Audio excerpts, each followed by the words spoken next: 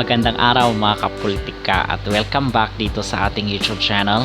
Sa vlog na ito ay ating panunuorin itong naging interview ni Miss Indonesia.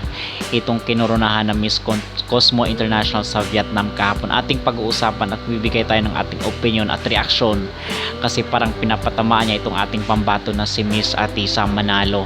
Pero bago ang lahat ay huwag kalimutang mag-like at mag-subscribe muna kayo dito sa ating YouTube channel para updated kayo sa ating mga latest issue. So magbibigay tayo ng reaksyon kasi parang sa tingin ko is worth it na bigyan ng reaksyon itong si Miss Indonesia dahil dito sa pagpapatama niya ng salita dito kay Atisa. Okay, at sa tingin ko talaga mga kapolitika ay nagamit tayo. Okay, sobrang taas ng ating expectation kasi ang sinasabi natin na itong Miss Cosmo ay susunod dito sa yapak ng Miss Universe kasi gusto natin na punan nila yung mga pagkukulang ng Miss Universe, especially itong integrity at itong credibility. But sad to say is parang ito na talaga yung una at huli nilang beauty pageant dito sa Miss Cosmo kasi ang mga Pinoy ay talagang sobrang nadismaya at until now is marami pa rin ang hindi makamove on.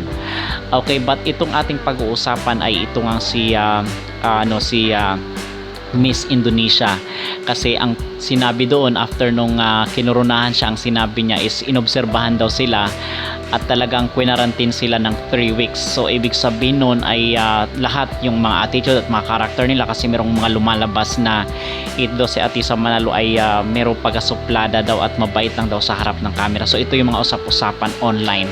Okay, which we believe na wala namang ganoong naging issue at kontrobersya itong si Atisa. So yun ay gawa-gawa lamang nila para ma-justify na itong pagkalaglag ni Atisa dito sa Final 5. Okay, so dito ay sinabi niya na kaya daw siya umabot hanggang doon sa finals at siya pa nga kinoronahan ay dahil sa hindi daw siya nagbibigay ng mga excuses kasi nga lately si Atisa ay hindi siya nakasali doon sa preliminary rehearsal dahil nga dito sa kanyang sprained ankle or natapilok siya. Okay, so ang sinasabi niya, ano ba ang gagawin dito natin sa alangan naman i-risk niya yung kanyang sarili, di ba? Baka mag-worse pa yung kanyang situation at baka hindi pa siya makasali dito sa finals just like dito kay Colombia na hindi na nga nakasali sa final kasi pinag-withdraw na siya ng Miss Cosmo dahil hindi siya makapag-perform due to medical reason. So ito ang sinasabi doon ng Indonesia ay hindi daw siya nag-excuse at talagang lahat daw ginawa niya at talagang siya parang binubuhat niya yung kanyang sarili na ma-justify na yung kanyang pagkapanalo ay deserve siya mga kapolitika. So ito yung pinapahiwatig dito ni Miss Indonesia. Okay, which we believe na pinapatama niya itong si Atisa Manalo. At heto, at panonoorin na po natin ang video. If we didn't perform our best and try our best even though our legs are hurting, even though we want to sleep all day in bed and make up excuses, we wouldn't be here.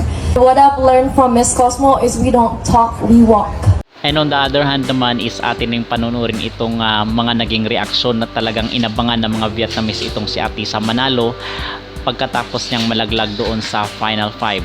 Kasi na-mention at na-report natin dito sa ating YouTube channel na napamahali itong si Atisa Manalo dito sa mga Vietnamese supporters na kung saan ay nung time nga na tinawag na yung Final 4 ay tinanong ng mga host yung mga audience na Vietnamese kung sino ba yung pang-last na inaasahan lang na tatawagin at ang sinasabi ng crowd ay Philippines daw.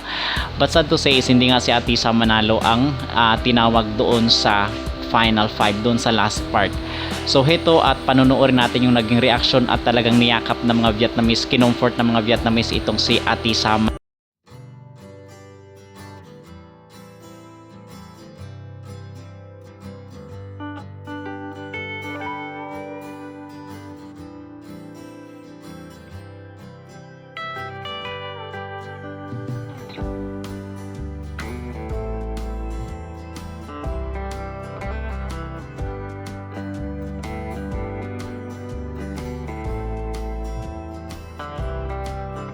So, you're a winner. Thank you so much. Thank you for presenting us. Thank you. Oo, thank you. Thank you. Bye-bye. Ingat ka. Hanggang kailan ka dito sa Vietnam, Atisa? Alis na po ko ng, the next day. Okay, sige, sige. Ingat. Hi! Hi, love you. I'm so proud of you. Thank you.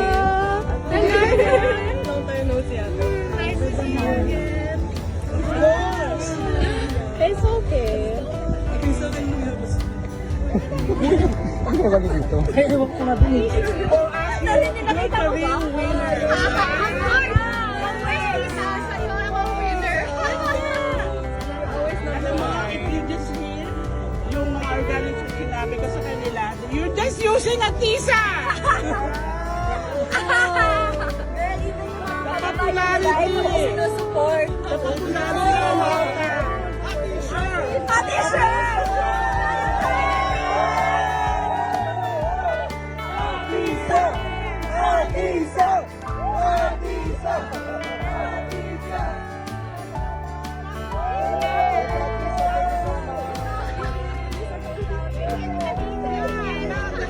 Nagiging talaga.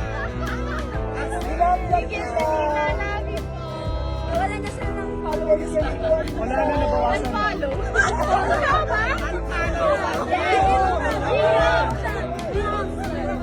This is the outstanding one. Kaya sabi ko sa inyo, yung kasama para mag-vote. Pasak naman, di ba? Tumap 10 ka nga, di ba? Nagawa ng paraan. Ginikas yan, girl. Wala tuloy-tuloy ko yung mag-Gcash dyan, girl. Philippines pa rin!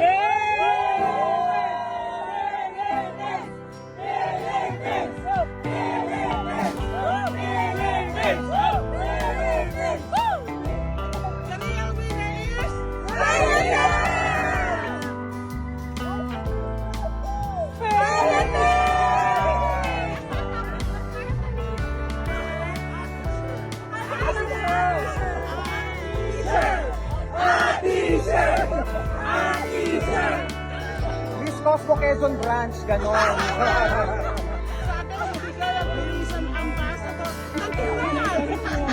So, Atisa, anong patsa dyan? Atisa. Atisa, bilang sige ambassador ka na, anong patsa dyan? Oo nga. Labas mo yung tsaa na yan. Sige ambassador ka, alam mo ba yun? Correct. Anong patsa dyan? Speak your name again daw.